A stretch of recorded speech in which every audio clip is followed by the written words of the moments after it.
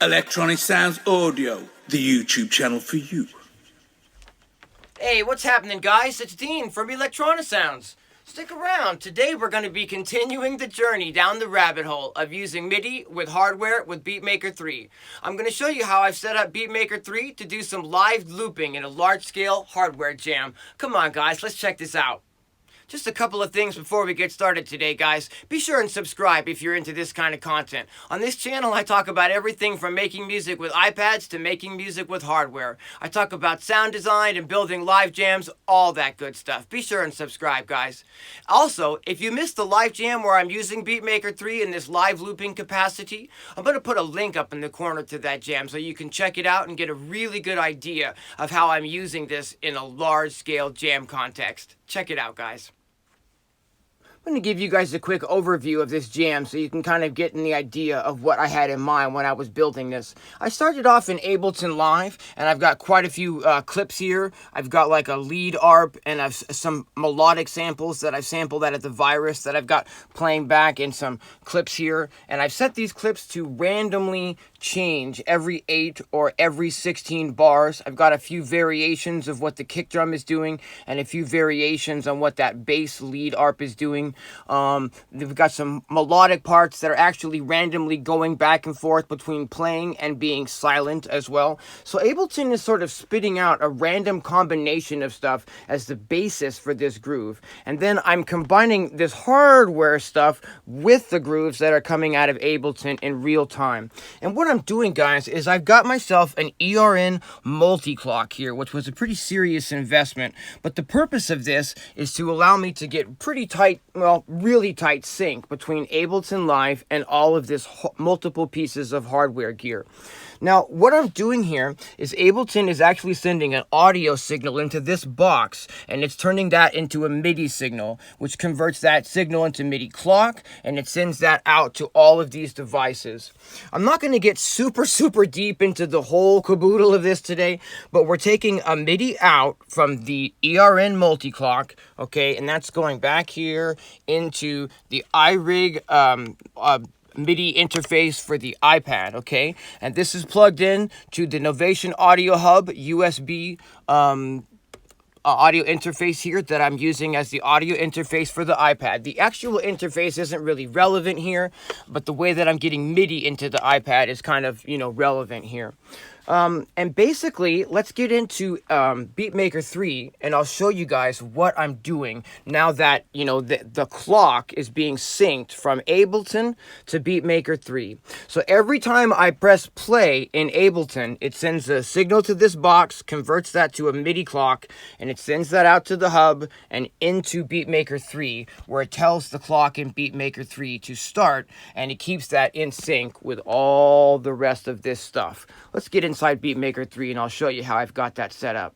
Actually, before we get into Beatmaker 3, guys, I just want to stress that, this multi-clock is not a necessary item in this example. I could be plugging the MIDI from any device into Beatmaker 3. It doesn't have to be a large-scale setup like this. We could be using just 2 devices to set this up. We could be taking any device that has a MIDI clock out and sending that into Beatmaker 3 to start Beatmaker 3's clock and use this same technique. You don't necessarily need to have a mountain of gear, and you do not necessarily need to have a multi-clock like this. I'm just using that to specifically get extra tight MIDI clock sync between Ableton Live and all of the rest of these pieces, which require a little bit of finesse to get in sync with each other.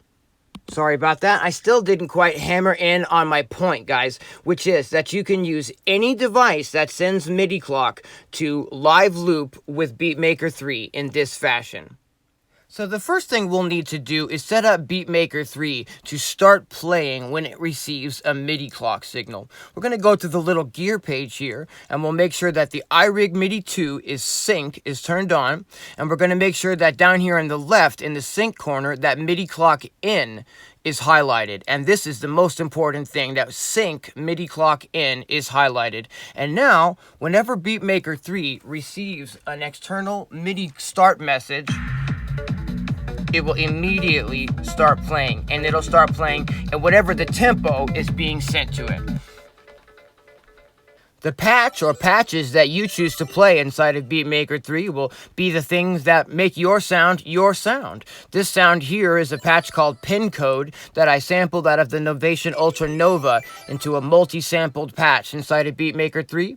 I actually made a video on that, and if you missed that one, I'm going to put a link to that up in the corner as well, so you can check out how to make your own multi-sampled patches of sounds inside of Beatmaker 3. I'm doing a very simple setup with Beatmaker 3. I'm literally using 2 banks in this jam. I'm using 2 different instruments only.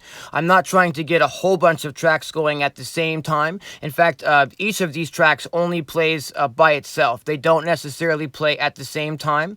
The first thing I did was in the song mode of Beatmaker 3, I went ahead and put the loop brace to an 8-bar loop so that when I start the MIDI clock here, it immediately will start looping every 8 bars. Nothing is playing out of Beatmaker 3 at this time, but when it hits the end of this 8 bars, and 1, 2, 3, 4, it just circles back around.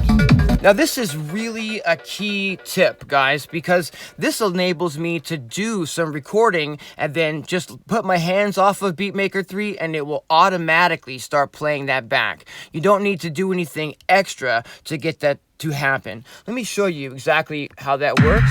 So we're playing the groove now, right? And Beatmaker 3 is following along, but nothing's coming out. I hit the record button and I hit the 16th note repeat to keep this in time. The patch itself is a mono patch, so it can't play more than 1 note at the same time. And 2, 3, 4, and now it will just start playing that back. Turn some other tracks down.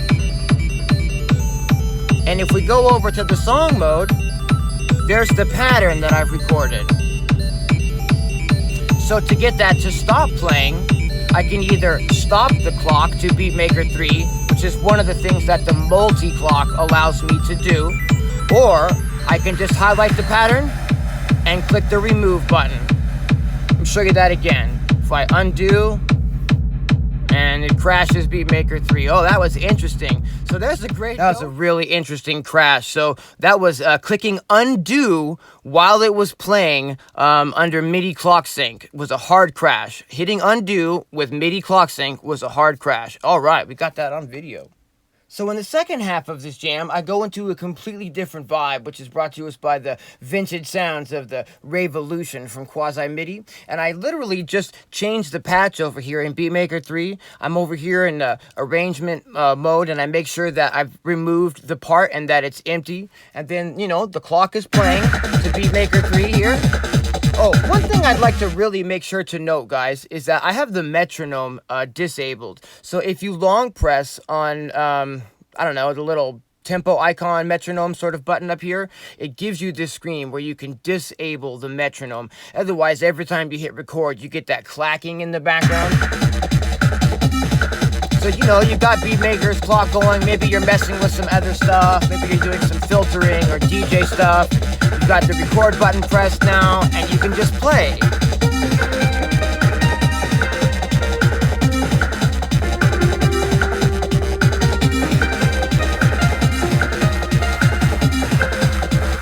And it'll just repeat now. You can either turn record off or you can leave it on, you know. If you press the song mode, you can get access to that pattern, touch it, remove it, hit record again.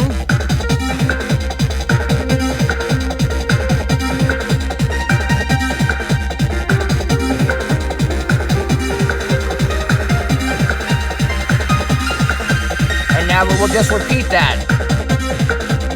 And we can go over to song mode. We can touch it. You can let it play. Record is still playing, pressed.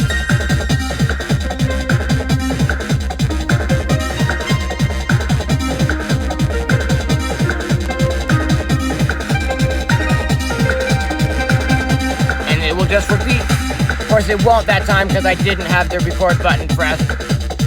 you've got to watch out, you know, for those anomalies, and you've got to really keep a focus on what the record button is pressed. And you definitely want to make sure that before you're going to record a new part in, that you're back in the song mode and you're making sure that this pattern here has been deleted, giving you an empty space in which to record a new pattern. Something else that I think is kind of important in jams of this magnitude, guys, is really just the fact that each device that I'm using in this jam is being used for pretty much one or two purposes at the most. Ableton is putting out the kick drum and some arps and a little bit of melodics, also some effect sounds. I've got control over just about everything in Ableton via the Launch Control XL that I've MIDI mapped up. I've got top loops, not loops rather, but just sounds for me to create top loops in real time with the TR-8S here. I've labeled some stuff that I've spread out. I got like a 909 ride, a snare, a 3 different claps, a rim, a tom, closed hat, open hat, shaker, and a 707 ride. And this is empty, so whenever I press play, I can just sort of put parts in real time as well. So what I think is really key is that I'm not necessarily trying to get a bunch of stuff out of Beatmaker 3. I'm only using it for these sort of melodic elements in the jam. I find that the more you're trying to get out of, you know, one particular device, the less actual individual control you have over the pieces. And you definitely want that sort of individual level of control when you're working a large live jam. Until next time, guys, thanks for watching. I hope you found this useful today. I really want to make sure you guys get this, so we're going to do the fastest recap that I can possibly do. You're going to send MIDI CLOCk into Beatmaker 3 from any outside device. You're going to make sure that your MIDI sync is on for whichever device you're using to get MIDI into your iPad, and you're going to make sure that your MIDI CLOCk in sync is turned on so that when Beatmaker 3 receives the MIDI CLOCk message, it will start playing. You're going to go into your song mode and you're going to make a loop at 8 bars, or it could be 4 bars if you're more comfortable with that. Could be 16 or 32 bars if you're more comfortable with that. When your MIDI CLOCk starts playing, it will allow Beatmaker 3 to start playing.